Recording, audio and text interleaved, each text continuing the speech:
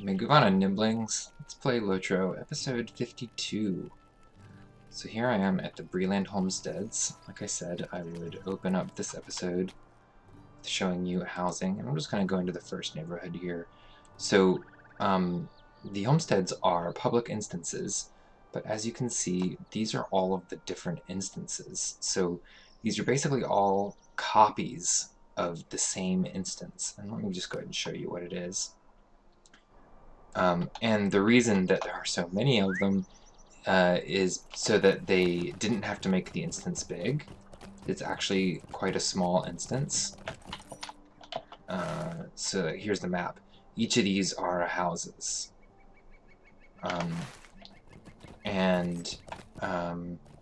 So they look like this, right? So this is just like a little stone cottage with a thatch roof. And then here's a slightly nicer house, and it costs more, of course, and so it's got, you know, some kind of mortar and wood frame or whatever. I don't really know much about architecture, but anyway, so there's a bunch of these in the neighborhood, and they are able to be decorated. So like these trees here, the person who owns this house put these trees here, right? And then this is a haunted tree, so it's got like skulls and stuff on it. So you probably got that at a festival. And there's these banners here that this person got. So this person has a couple of Rohan banners, so they probably like Rohan. And then there's like this little flower box here, and there's all sorts of things you can put. You know, like instead of putting trees here, this person could have put a variety of different things. Alright, I can't go in. It looks like their house has been shut down because they haven't paid the upkeep on it. So that's another side to this, is that houses in this game do cost money. You have to not only do you have to pay money to buy a house, but you also have to pay to maintain it, and that's with in-game money. You know, silver and gold, basically. So I was looking to see if I could find an empty house, but I don't see one. All of these look occupied. Let's see if someone's got their set so they'll let me go inside. Nope. So you've got this nice waterfall here. And every neighborhood also has a few facilities in it as well. So there's this little area here, which is this. Well, this is a home right here, but let me see if I can get in this one. Nope. So someone would have had to set their settings when you buy a house, and someone would have had to set it so that you could, so that strangers could get in their house. And you know, strangers can't steal anything really, but some people do that just to let others look around. So there's this little shop here, and it's just got some basic suppliers and a vault keeper. So it's pretty nice. There's some things that you can buy there. You get a discount if you have a house in the neighborhood. There's task boards here for, as far as I know, every task in the game. So yeah, when you're shopping for a house, you basically you find an instance with empty, unowned homes in it, and you just pick one and buy it and head on, and then you can start placing furniture. So it looks like none of these people have set theirs to let me go in. Oh, this one has. Alright, so this person has a nice Huorn in their yard. So let's take a look inside. Alright, so they've decorated it pretty decently, it looks like. So they put furniture around, some paintings on the walls. And these are probably just stuff they bought at one of the vendors. This is a trophy from killing a boss, I believe. So you get stuff like that. And this is all there is to this house. This is the one of the smallest houses in the game. It's just got these 2 rooms. You know, you could put a bed in it somewhere. And you can get much, much bigger houses than this. So, anyway, that's all the time I'm going to spend on player housing. If there was another house open, I'll check a couple more and see if there's... So here's like here's an interesting statue. I haven't even been to the places where these come from yet. Chickens! Oh, okay, great. So I'll get to show you how someone had decorated their house differently. Oh, alright, this person did some funky stuff with theirs. So they have this rare floor pattern that makes it look like you're walking on a lava field. They have all these trophies from the end of the game, as well as some animal trophies from other parts. So, you know, very different aesthetic here than the last house we saw. Little trophies from all over the place. Yep, that's a boss somewhere in the game. Maybe from Moria? I can't remember. Oh wow, that's a very old trophy. If I'm remembering correctly. This is one of the newer trophies from the Mordor expansion. I don't even know where some of these come from. These fishing trophies. And so this is one of the bigger houses of this particular neighborhood. Oh wow, I like that.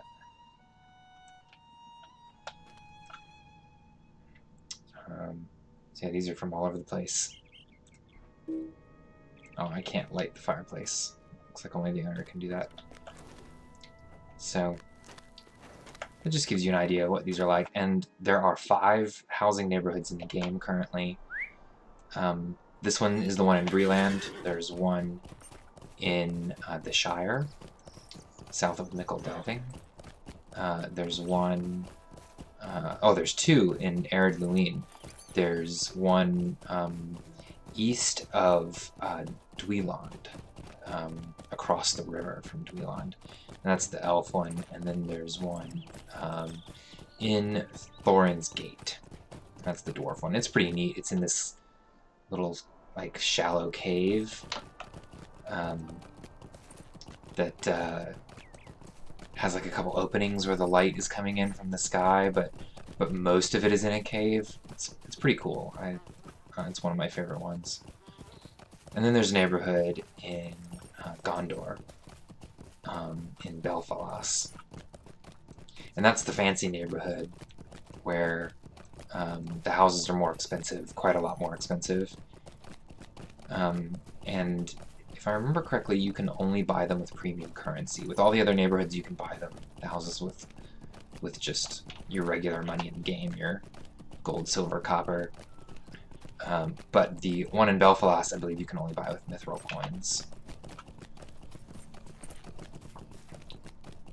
So also upkeep in the Belfalas neighborhood is free for VIP members. That's people who pay a monthly subscription to the game or who have a lifetime account. Alright, so that's really all I'm going to do with housing for this video series. I'm not going to bother doing it with Hvila. It's a fun thing to play around with by yourself, especially if you have some extra money that you can spend on it. But for now, I'm going to head into the Lone Lands. So you can already see a Weathertop now that we're getting close to the Lone Lands. Off in the distance there is Weathertop. You can see the foundation of Amansul that used to be at the peak of Weathertop. And then here is the Forsaken Inn right here. I'm going to go ahead and look at what quests I have. So I've got this. quest to go to the Forsaken Inn. I've got this quest to find Kendaith, who he is kind of northeast of here. He's near Weathertop. So that's the Trestle Bridge. And this one. So I've got 2 quests here for the Forsaken Inn. Alright, so first of all, I will change my milestone. Alright, so now I've got this set as my milestone. Oh, let me grab the Stable Master while I'm thinking about it. Pretty important. What do you need? Don't forget, you have to talk to a Stable Master once to unlock it. Otherwise, it will not show up as a valid destination. Could I speak with you a moment? Alright. I'll pick up this quest. So, there are a lot of quests in this area, and there's a whole bunch of the quests here in Minas Aerial, which are pretty neat quests, but I'm not going to do them just because there are way more quests in the Lowlands than I can really do feasibly in this series. So I'm going to skip all the ones in Minas Aerial and then just do quests pretty much until I complete the quest deed for this zone. Greetings, friend. Alright, so especially in the Forsaken Inn here, you get some of the story of what the Forsaken Inn is like. And you may realize, now that we're here, that all of the places that I've been in the game so far are places that are talked about a good bit in the books. The Shire and Bree especially, Ered Luin to a lesser extent. But the Lowlands really are barely discussed in the books. I mean, the hobbits do come through here in the Fellowship of the Ring, and they stop at Weathertop, and they cross the last bridge, but the books really go into very little detail about what is actually in the Lowlands. So the makers of this game kind of flesh that out on their own a bit. So the idea is that there are people who live here who really just don't want to participate in larger society. So they live in this ruined old inn here and keep to themselves. There's no real government here or anything, and very few people who live here. What can I do for you? Alright, so relics. Mrs. Sandheaver wants relics. I believe Could I speak with you a moment? these are from Minas Aerial, though. Yeah, so I'm not going to be doing this quest, as I'm going to skip Minas Aerial. It's a neat area, though. I recommend checking it out if you play on your own. It's a bit of a maze. I don't know if you can help me. You can get lost there and find yourself trapped, surrounded by powerful enemies. Okay, so he says he sent a cart west towards Bree, and it should have come back by now. So he wants me to go look for it. So I'll definitely do that one. That's a good one to pick up. Now this I'm sure it will do no good. This is an Only I'll instance speak quest, with you. so I'm not going to do that one. I don't have anyone to run it with anyway, and I'm not really going to bother with instance quests in this video series. I'm sorry to trouble you, but will you help me? Alright, that's also for Minas Aerial. Oh, I'm sure it will do no good, but may I speak with you? and so this is a bounty quest. I think I mentioned these before. They're repeatable quests. They give crafting materials as rewards. And I generally just don't ever do them. I don't think they even count towards the quest deed. So I just don't bother with them at all. Could I speak with you a moment? Alright, so that's from Minas Aerial. Alright, this guy's got a bunch of quests. He's got another bounty. I don't know if you can help me. This one's also from Minas Aerial. I'm sure it will do no good, but This one may I speak with you? also from Minas Aerial. I'm sorry to trouble you, but will you help me? Also for Minas Ariel, so I'm not going to do those. I'm sure it will do no good, but may I speak with you? Alright, wolves... I think this one isn't just for Minas Ariel, so I'll pick it up. I don't know that I'll end up completing it. I don't know if you can help me. Boars. Yeah, this one's definitely not just for Minas Ariel. In fact, I think it's hard to find boars in Minas Ariel. Might I take a moment of your time? And Kraban. So, alright, so I've got a few quests here now. Most of them are... yeah, for this area around to the west of Weathertop. There's the cart. I'll go do that cart right away. Alright, yeah, I was just checking to make sure none of these were from... or just for Minas Ariel. So, I'll go do the cart, and then that might end up being it for this episode. Ended up spending half the episode looking at the housing neighborhood.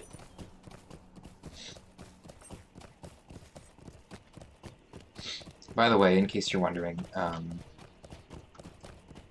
because I know some of you niblings may ask, no, there isn't really anything you do in the housing neighborhoods like you would in the rest of the game. It's just a place to put trophies and hang out and relax. It's really, it doesn't play like the rest of the game. It's more just like decorating and spending time just hanging out. Although it does have some storage. And you can also, if you spend a lot of money in the LotRO store, you can set up crafting stations at your house. Okay, so here is the destroyed cart. Find the driver. Okay. So, driver's probably around here somewhere. I see some goblins. That's not a good sign. Oh, I see the driver. Let's see, I think this goblin will just wander off. I don't have to fight it. I might have to fight one, though. Alright. Yeah, I gotta fight him.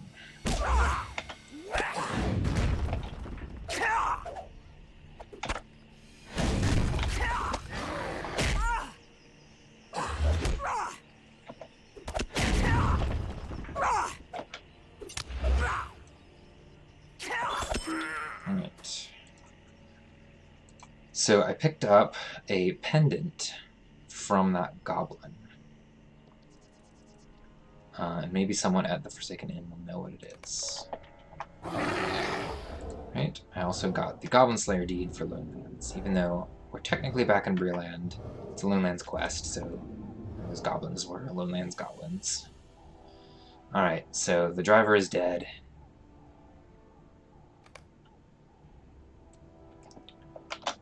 Okay. That's really all we need here, so I'm going to head on back. So see, this is one of the Bree goblins. He's only level 10, right?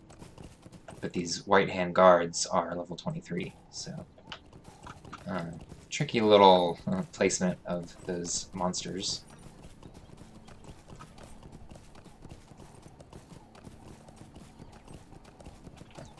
And I can't remember... I don't know if there was an old quest that used that guy or what, or one of the vector quests. He gives one of the vector quests or something. I can't remember. But anyway, I don't have anything to interact with him regarding that now.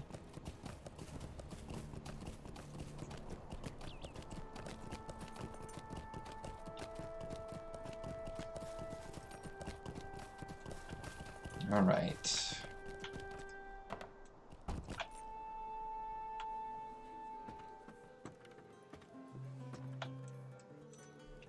Would you do something for me? Let's see. Who do I need to talk to? I'll talk to Enlaf. About the cart. Can't you leave me to my misery? Alright. So that triggered the Quests of Lonelands deed. So the first one was 15. I guess the total is 45. I didn't look it up beforehand. I'm sorry I had to trouble you, but will you help me? Alright, so he gives just a defeat goblins in the Lone Lands quest. So I'll pick that one up, because that one's not just Minas Areal. It's also this area up here, which I will be going to sometime relatively soon. I still have to find the owner of this pendant. No one here seems to know who it belongs to. In addition, I still need to go find Candace. So, but that's going to do it for this episode. So, thanks for tuning in, Niblings. And tune in next time, and we'll make some progress on these quests and go find Candace.